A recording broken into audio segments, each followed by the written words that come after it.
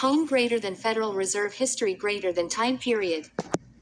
The Great Depression greater than Emergency Banking Act of 1933. Emergency Banking Act of 1933.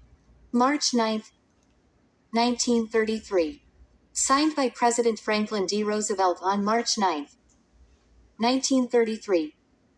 The legislation was aimed at restoring public confidence in the nation's financial system after a week-long bank holiday. President Franklin Roosevelt signing the Emergency Banking Act. Photo Bettman, Getty Images. By Stephen Green.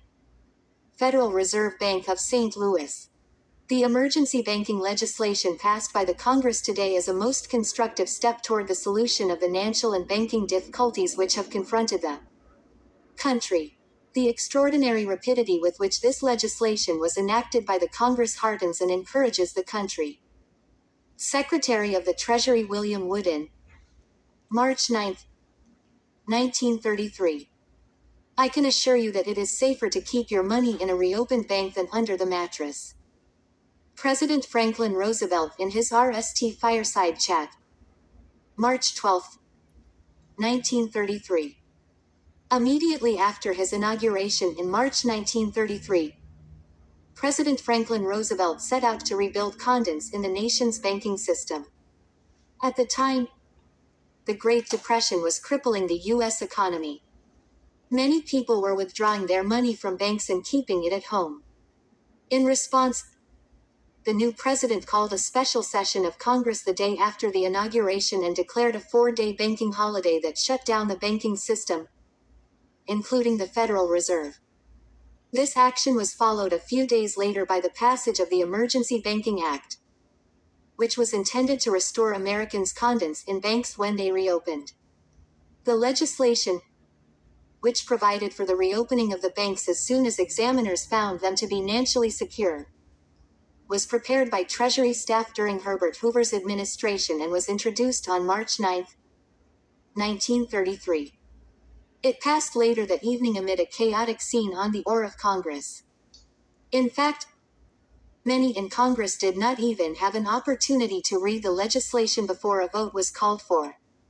New York's deserted financial district during the bank holiday of March 1933 left, and President Franklin Roosevelt giving a reside chat to the American people. Right photo. Associated Press. In his RST Fireside Chat on March 12, 1933, Roosevelt explained the Emergency Banking Act as legislation that was promptly and patriotically passed by the Congress that gave authority to develop a program of rehabilitation of our banking facilities. The new law allows the 12 Federal Reserve banks to issue additional currency on good assets, and thus the banks that reopen will be able to meet every legitimate call. The new currency is being sent out by the Bureau of Engraving and Printing to every part of the country. The act, which also broadened the powers of the president during a banking crisis, was divided into various sections.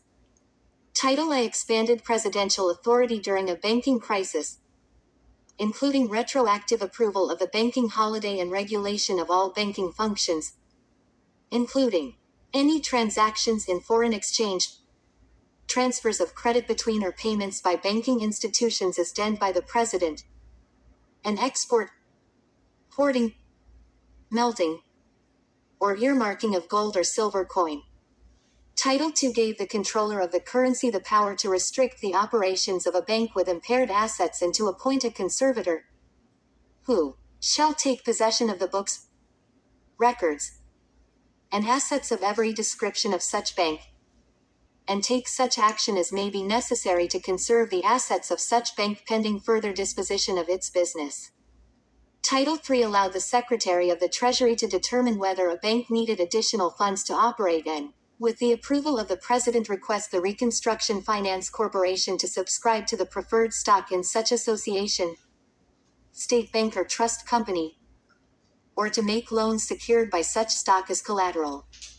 Title IV gave the Federal Reserve the ability to issue emergency currency, Federal Reserve bank notes, backed by any assets of a commercial bank. Title V made the act effective. In that fireside chat, Roosevelt announced that the next day, March 13th. Banks in the 12 Federal Reserve Bank cities would reopen. Then, on March 14th, banks in cities with recognized clearinghouses, about 250 cities, would reopen. On March 15th, banks throughout the country that government examiners ensured were sound would reopen and resume business. Roosevelt added one more boost of confidence.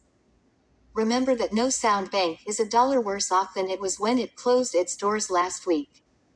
Neither is any bank which may turn out not to be in a position for immediate opening.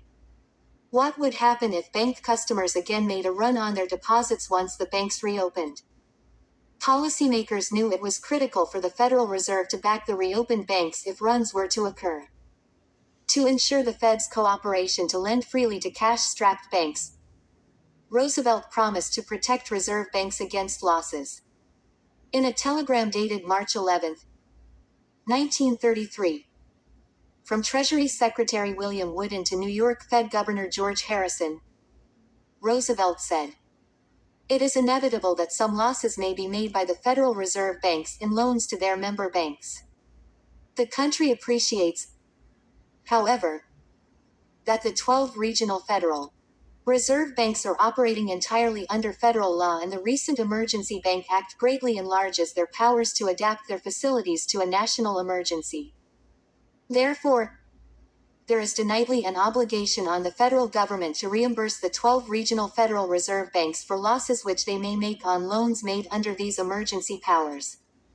I do not hesitate to assure you that I shall ask the Congress to indemnify any of the 12 Federal Reserve banks for such losses."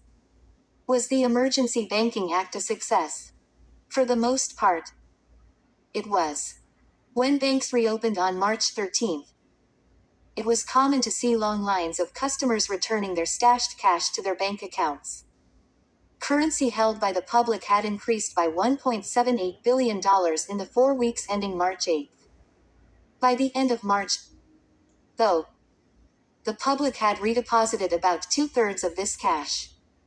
Wall Street registered its approval as well. On March 15th, the RST day of stock trading after the extended closure of Wall Street, the New York Stock Exchange recorded the largest one-day percentage price increase ever, with the Dow Jones Industrial Average gaining 8.26 points to close at 62.10, a gain of 15.34%. Other legislation also helped make the financial landscape more solid, such as the Banking Act of 1932 and the Reconstruction Finance Corporation Act of 1932. The Emergency Banking Act of 1933 itself is regarded by many as helping to set the nation's banking system right during the Great Depression. The Emergency Banking Act also had a historic impact on the Federal Reserve. Title I greatly increased the President's power to conduct monetary policy independent of the Federal Reserve System. Combined, Titles I and IV took the United States and Federal Reserve notes off the gold standard, which created a new framework for monetary policy. Title III authorized the Reconstruction Finance Corporation, RFC, to provide capital to financial institutions. The capital injections by the RFC were similar to those under the TARP program in 2008, but they were not a model of the actions taken by the Fed in 2008-09. In neither episode did the Fed inject capital into banks. It only made loans. Endnotes. The gold standard was partially restored by the Gold Reserve Act of 1934. The United States remained on the gold standard until 1971. Bibliography. Federal Reserve Bank of St. Louis. Documents and statements pertaining to the banking emergency. Presidential proclamations. Federal legislation. Executive orders, regulations, and other documents and official statements. Part 1. February 25 to March 31, 1833. 1933. https://fraser.stlouisfed.org/title/709/item/23564. 1. 1. History Matters. The U.S. Survey Course on the web. More important than gold. FDR's first fireside chat. Accessed September 30th, 2013. http://historymatters.gmu.edu/d/5199/ Silber, William L. Why did FDR's bank holiday succeed? Federal Reserve Bank of New York Economic Policy Review. July 2009, 19-30. Written as of November 22, 2013. See disclaimer. Related essays. Banking Act of 1933, Glass-Steagall, The Great Depression Bank Holiday of 1933. Related people. Eugene I. Meyer. Governor, Chair. Federal Reserve Board. 1930-1933. George L. Harrison. President. New York Fed. 1928-1940. Related links. Documents and statements pertaining to the Banking Emergency Act. Why did FDR's bank holiday succeed? Federal Reserve History. About our author's terms of use privacy policy sitemap. Contact us at FedHistory.